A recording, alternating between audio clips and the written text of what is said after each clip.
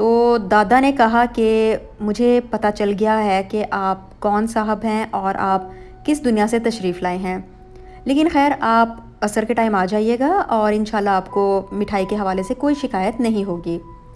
تو وہ شخص یہ بات سن کر کچھ بولا نہیں اور مٹھائی کا جو بھی پیسہ بنتا تھا ہدیہ کے طور پہ وہ دیا اور چلا گیا۔ تو دادا جی کے بیٹے یعنی کہ دکاندار کے جو والد تھے وہ بھی اس ٹائم دکان پر ہی تھے اور دادا کے برابر ہی بیٹھے ہوئے تھے۔ تو اس شخص کے جانے کے بعد دکاندار کے والد نے دادا سے پوچھا کہ کیا وہ شخص انہیں یا وہ اس شخص کو جانتے ہیں؟ تو دادا ابو نے کہا کہ وہ گھر جا کر اس پر بات کریں گے۔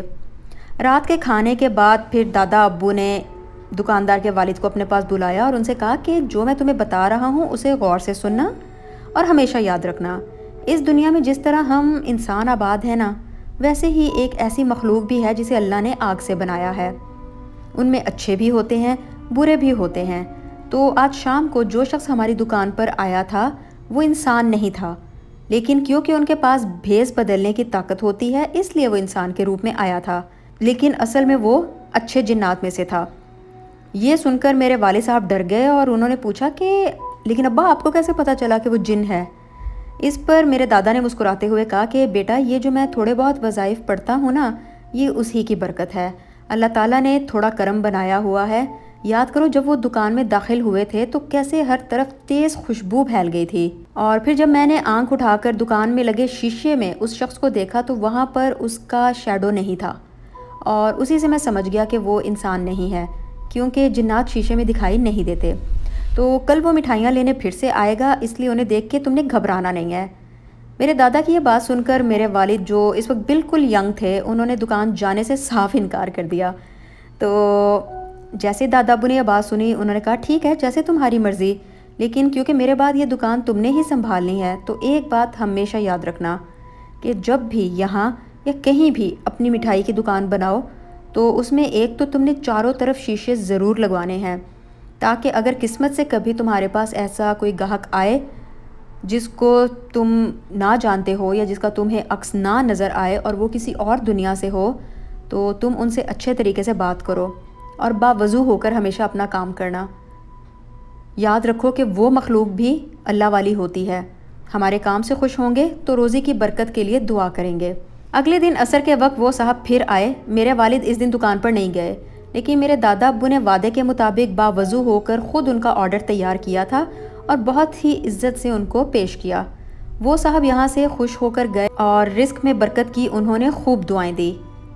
تو پھر دکاندار کہتا ہے کہ وہ دن ہے اور آج کا دن ہے، ایسا لگتا ہے کہ جیسے اللہ تعالیٰ نے ہم پر مہربانی کر دی ہو۔ ہماری یہ مٹھائیوں کی آج بھی پورے حیدرآباد میں دھوم ہے۔ اور میرے دادا ابو کے ہوتے ہوئے وہ شخص جو کہ ہم میں سے نہیں تھا وہ 2 دفعہ ان کے پاس آئے تھے۔ دادا کے انتقال کے بعد پھر ان کے والد نے دکان کو سنبھالا اور جو کچھ دادا ابو نے کہا تھا اس پر پوری طرح سے عمل کیا۔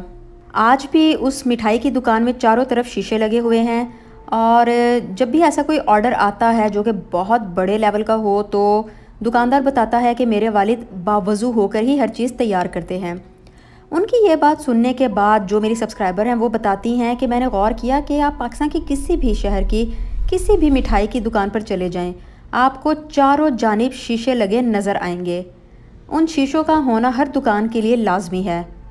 تو اس سے یہ بات کا آئیڈیا ہوتا ہے کہ جو لوگ مٹھائی کے کاروبار میں ہیں وہ اس بات کو بخوبی جانتے ہیں کہ انسانوں کے علاوہ بھی کوئی مخلوق ہے جو کہ مٹھائی کی دکانوں میں آتی ہے، اور اسی لیے ان گاہکوں کو پہچاننے کے لیے شیشے لگائے گئے ہیں تاکہ اگر ان کا عکس نہیں نظر آتا شیشوں میں تو اس کا مطلب ہے کہ وہ غیر انسانی مخلوق ہے اور اس کی اسی طرح سے عزت کی جائے، اس کے آرڈر کا اسی طرح سے احترام کیا جائے جس طرح سے عام انسانوں کے لیے ہوتا ہے۔ تو اینڈ پر وہ کہتی ہیں کہ آپ اپنے سبسکرائبرز کو کہنا کہ اگر آپ لوگ بھی کسی مٹھائی کی دکان پر جائیں جو اچھی مٹھائی کی دکان سمجھی جاتی ہو تو آپ دیکھنا کہ وہاں پر آپ کو چاروں طرف شیشے یا کسی نہ کسی جگہ بڑے بڑے شیشے لگے ہوئے ضرور نظر آئیں گے۔ پھر وہ تھوڑی ڈرانے کی کوشش کرتی ہیں کہ کیا پتہ آپ کے برابر ہی کوئی ایسا انسان کھڑا ہو جس کا شیڈو آپ کو شیشے میں نظر نہ آئے۔ تو یہاں پر ختم کرتے ہیں آج کی ویڈیو۔ کہانی بہت اچھی مجھے اس وجہ سے لگی کہ اس میں بہت اچھی چیزیں بتائی گئی ہیں کہ انسانوں کے علاوہ بھی جو دوسری مخلوق ہے اس کی عزت کرنی چاہیے اور اس کا اسی طرح سے احترام کرو جیسے کہ آپ انسانوں کا کرتے ہیں۔ یہاں پر ختم کرتے ہیں آج کی ویڈیو، آپ سے پھر ملاقات ہوگی۔ ٹیک کیئر، اللہ حافظ۔